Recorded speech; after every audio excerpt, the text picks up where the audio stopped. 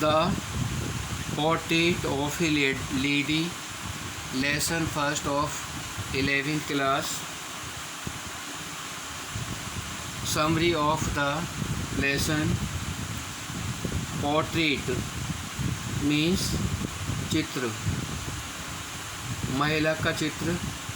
लेखक की दादी का बहुत ही सुंदर शब्दों में वर्णन है।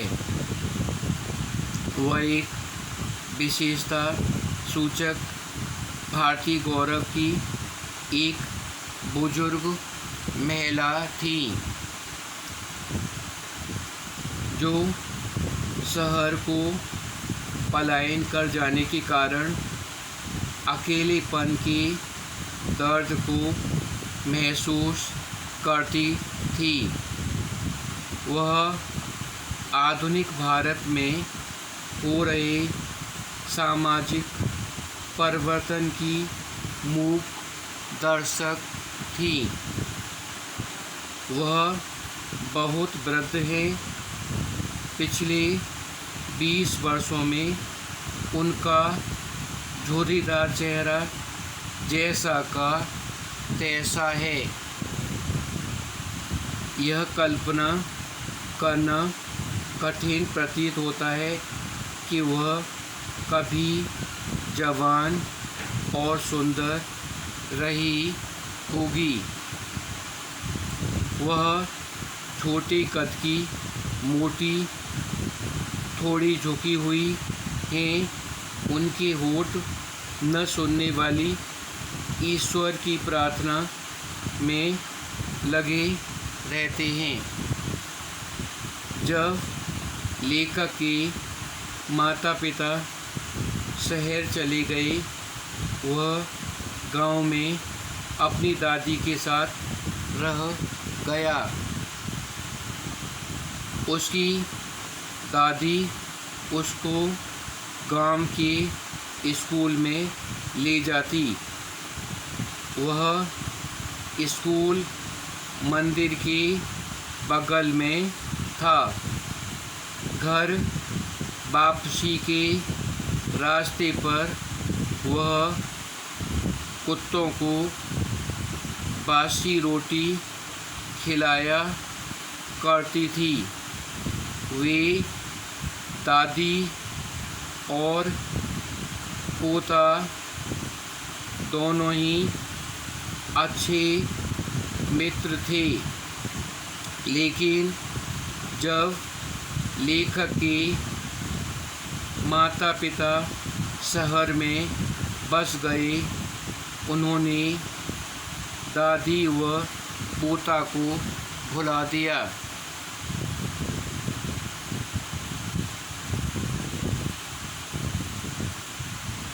यह उनके संबंध का एक मोड़ था।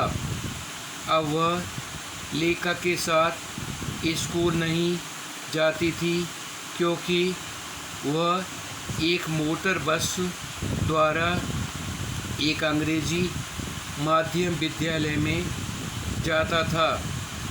शहर की गलियों में कुत्ते भी नहीं थे, इसलिए वह अपने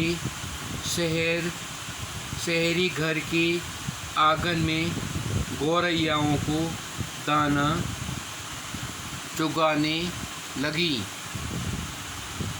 जो कुछ भी उनके पोते को स्कूल में पढ़ाया जा रहा था, वह उसको पसंद नहीं करती थी। इसलिए उन्होंने धीरे धीरे लेखक से दूरी बना ली और उससे यदा कदा ही बातें करती थी।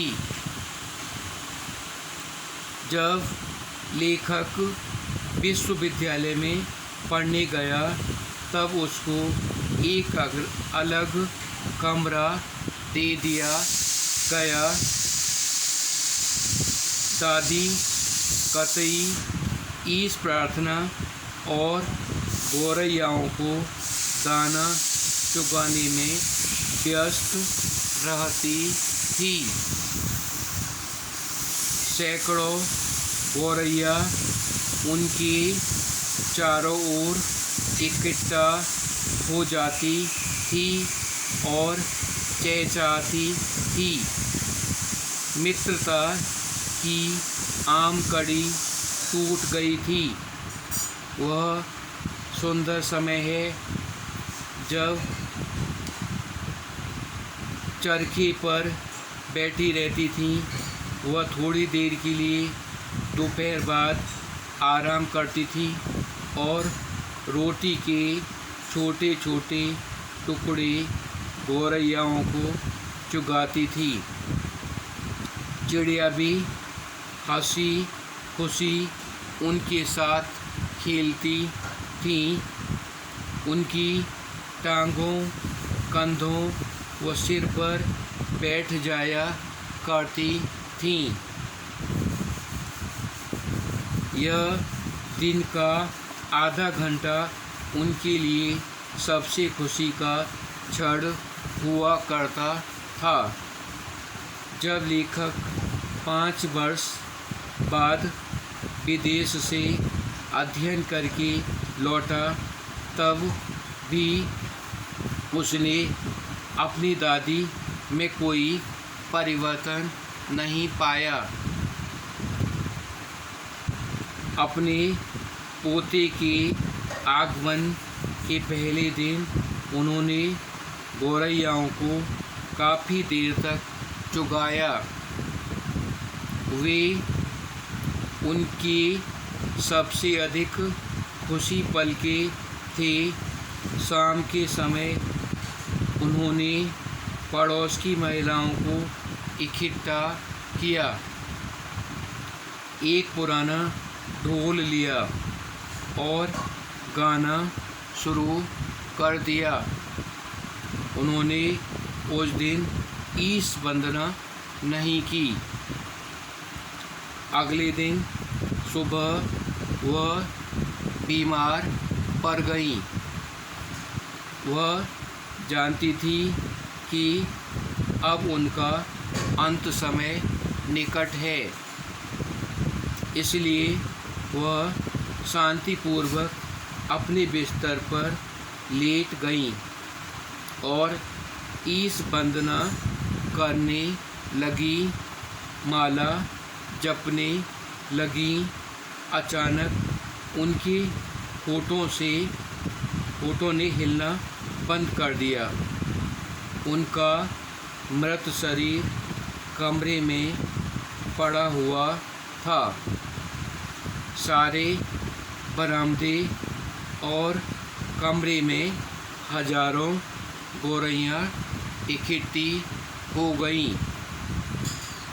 वे न तो हंसी खुशी खेल रही थीं और न चहचहा रही थी।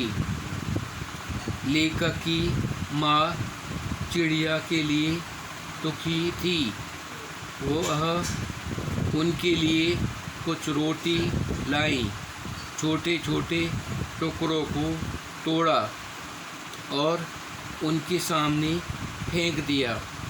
गौरैयाओं ने रोटी की तरफ कोई ध्यान नहीं दिया। जब दादी के शव को ले जाया गया तो वे भी शांति से उड़ गई। In this chapter, the portrait of the lady, this is shown by the writer that the birds are also loved the humans. There was the very secret, very holy and